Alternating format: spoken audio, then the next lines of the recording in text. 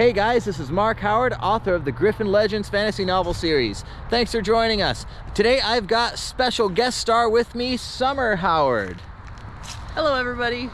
Hi. Me, Summer Howard. So, Summer is my partner in crime, my wife of 11, almost 12 years now.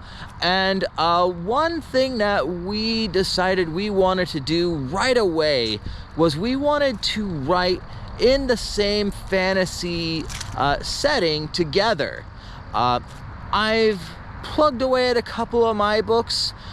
Summer, taking on many of the responsibilities of motherhood, has taken a little bit longer to get the ball rolling in that regard. But as I told you in my last video, she's finally finished her first draft to her debut novel. Yay me! And so we want to get Summer on the screen here with us, talk a little bit about her books, her interests as writers and all that. So yeah, Summer, so first off, by way of introduction, what's something you would like to tell the people watching this just about you in general and your interests as a fantasy novelist here? Well, I've always enjoyed reading, and it's actually my favorite hobby, pastime, if you will. And I think that's what drew me to writing in the first place. Something interesting about me. Well, I guess I don't know. That's okay. A little embarrassing being on the camera here sometimes. So why fantasy? Out of all the things you could write, why would you want to write fantasy? Well, because it's my favorite genre to read. Mm-hmm. Why not stick with what I know and love? All right, good. So what is it you like most about fantasy as a genre, both as a reader and a writer? Well, it's a form of escapism. Mm-hmm. I just really love to explore new worlds, and it's a way to do it without having to actually go out and explore the world that I don't have the time or money to go explore. Right, books are a lot cheaper than plane tickets for sure. So here's a question that I really wanted to ask you here. So a lot of authors out there, you know, they build up their own fantasy worlds and they spend years and years world building, developing characters and plot lines and all that stuff there. But you don't see a whole lot of collaborative fantasy projects. Whereas you and I, we did decide pretty early on that we wanted to be writing in the same setting here. What do you think are some things that make that really special, some neat things about that, and what is also challenging about that? What makes that kind of difficult in some ways? Well, what makes it special is that we can expand the world a whole lot faster, that we can bounce ideas off of each other and make some cool little suggestions to each other that we think are awesome. Now, the drawbacks to it is sometimes you get too many cooks in the chicken, and yet too many cooks in the kitchen. Yes, thank you. Too many cooks in the kitchen, and you end up burning the chicken. Okay. Yeah, no, there's a lot of give and take in a collaborative art project here, right? And there's a lot of decisions that aren't necessarily right or wrong, but to try to kind of going with this cook analogy, sometimes we got to make decisions like, are we making a pizza or are we making ice cream cake? Yeah. Because as much as we like pizza and as much as we like ice cream cake, those two things probably aren't gonna be so good if we tried to mix them together into one dish. Yeah, unless you leave out some of the ingredients. Right. Well, so Anyway, where did I want to go with that? Yeah, you know, I think that you've actually been a really big help here in my own development of just squirrels running across, don't worry about that. Just developing even my first novel, Godfrey's Crusade. I know that you wanted to do something with characters riding griffins, that you wanted that mythological creature in there fairly early on.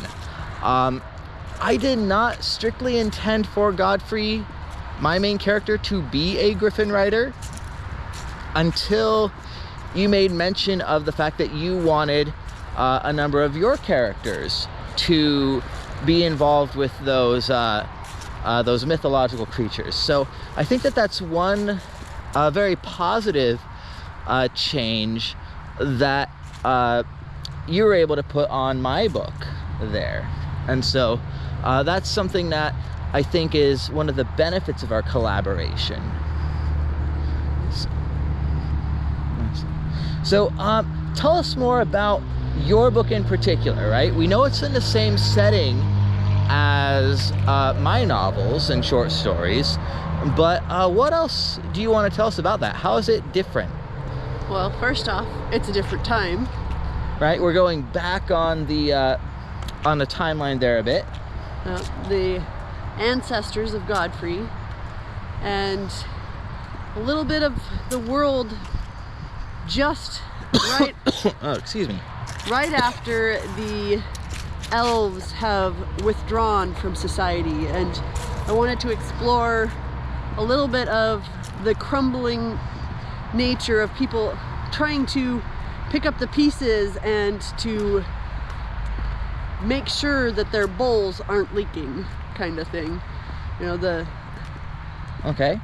Yeah, so I make reference in my books about there was an elf empire at one point, but it had collapsed long ago. It's not really in the picture anymore. In fact, there's only one elf mentioned in my stories by name so far, Luca, and he is, because elves are these really long-lived creatures in most fantasy, we decided to run with that, and Luca is a character who features in your story, even though this is centuries earlier. How does he tie in? What's his role in? So, Luca, he was actually kicked out of the Elven Empire for a little bit. Mm-hmm. I mean, I think you mentioned that he's an outcast. He's an outcast in your book. And in my book, he's an outcast that has kind of sworn his loyalty to the kingdom of Lorthareign at this point in time. And he is actually teaching the Cataphracts over in Lorthareign how to be Cataphracts, what they needed to do, and so you'll get to see him a lot more in my book. Mm-hmm. Yeah, and Cataphract, this is a term that maybe a lot of us watching this video aren't super familiar with. Can you explain to us what a Cataphract is? So a Cataphract, I can't remember the exact wording of it, but it's basically a well-armored army unit. Yeah, it's in the ancient world, historically speaking, right, in our modern, or not our modern world, but in the real world, a Cataphract was a heavily armored cavalry unit, right? Mm-hmm. A person who wore a lot of armor, rode a horse into battle that was also heavily armored, and Cataphract comes from Greek, and it means armored all around. It sounds a lot like a knight, right? You would look at a knight and you would look at a Cataphract and you'd say, these are basically the same guy. Oh, sorry about that. I keep coughing. But anyway, we wanted to use the term Cataphract for your story because it kind of ties more into kind of this late antiquity kind of time period, right?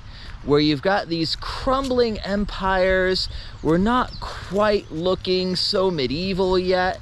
And so that's another distinguishing feature about your books that makes them somewhat different from mine. So what's been your favorite thing to explore in, while being the same setting, being its own unique time period there? Well, actually, I think the most interesting thing was exploring a little bit more of the religion end of it. In mine, there is, you know, the religion of light, and there's also another religion that the king is forcing on the people. That is, they worship the god of undeath, Thanatos. And that's very prominent in my story about undeath. Yeah, undead, they're one of my favorite antagonists in fantasy, right? There's a lot of antagonists out there who we can understand them from a certain perspective. I feel like a number of my antagonists, that while they are definitely bad guys, you can understand their perspective and rationalize, like, okay, if I were an orc, these are the values I have and this is how I live, right? But I think what makes undead kind of interesting is that we are portraying them more or less pure black, right? These are something that's pure evil. And when we're dealing with melodrama, we want to heighten some of those contrasts of things like good versus evil. And I think that that's going to be something really worth exploring in your story as we get the chance to read it. So anyway, we'll wrap up this video here. Summer, is there any final thoughts you want to share with the people watching here just before we sign off? Perhaps to just keep plugging on, because if you give up, you'll never finish. Yeah, no, that's fair. It took me 5 years to write Godfrey's Crusade, and Summer is going on 10 years for her first debut novel. And Summer, just for us to hear it again, what's the title of yours again? Elinor's Cataphract. Elinor's Cataphracts. All right, very good. Well, yeah, we're working really hard on the second draft of that right now, and hopefully we get it out all done and finished in a period of months rather than years at this point. I know some of you have been waiting for this for a really long time, but sorry, it's hard not to cough right now. It's the change of weather. Yeah, change of the weather. But anyway, it's been great having you guys. Summer, thanks so much for joining us here. Love you lots. And remember, guys, back at home, like, share, subscribe, all of that, and we will catch you next time. Bye.